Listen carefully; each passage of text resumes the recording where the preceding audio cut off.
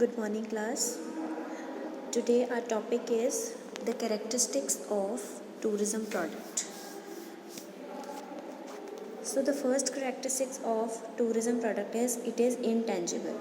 Like a tangible product, say a motor car or refrigerator, no transfer of ownership of goods is involved in tourism. The product here cannot be seen or inspected before its purchase. Instead, certain facilities, installations, item of equipments are made available for a specified time and for a specified use. For example, a seat in an aeroplane is provided only for a specific time. We can only see the services, we can't touch it, we can only feel or experience, right? So this means it is intangible. Next is psychological.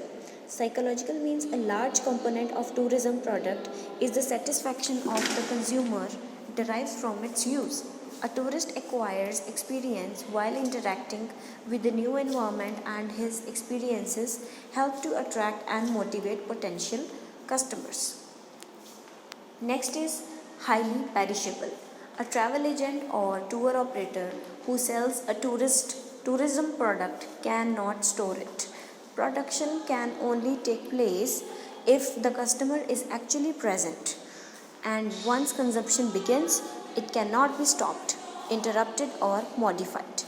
If the product remains unused, the chances are lost. That is, if tourists do not visit a particular place, the opportunity at that time is lost. It is due to this reason that heavy discount is offered by hotels and transport generating organizations during off season. Then there is composite product. The tourist product cannot be provided by a single enterprise. Unlike a manufactured product, the tourist product covers the complete experience of a visit to a particular place, and many providers contribute to this experience. For instance, airlines supply seats, hotel provide rooms and restaurant, travel agent make bookings for staying and sightseeing, etc. So these things will come under composite product. Then there is unstable demand. Tourism demand is influenced by seasonal, economic, political, and other such factors. There are certain times of the year which see a greater demand than others.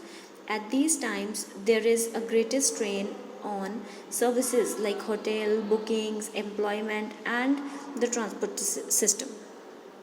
So the demand is unstable. Next is fixed supply in short run.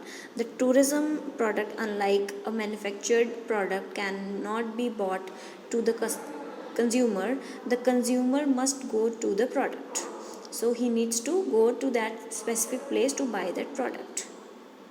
Only be increased in the long run following increased demand patterns. And the next is absence of ownership. When you buy a car, the ownership of the car is transferred to you, but you hire a taxi, you buy the right to be transported to a predetermined destination at a predetermined price. You neither own the automobile nor the driver of the vehicle. We are just only hiring for some time. We are hiring the driver and the taxi for some time. We are not buying it. So there is an absence of ownership. Next is it is heterogeneous. Tourism is not homogeneous product since it tends to vary in standard and quality over time. Unlike a TV set or any other manufactured product, a package tour or even a flight on an aircraft can't be consistent at all the times. So it cannot be same at the all times, right? Then there is risky. The risk involved in the use of a tourism product is heightened since it has to be purchased before its consumption. An element of chance is always present in its consumption, like a show might not be as entertaining as it promises to be, or a beach holiday may be disappointing due to heavy rain. So these were all the characteristics, 9 characteristics were there.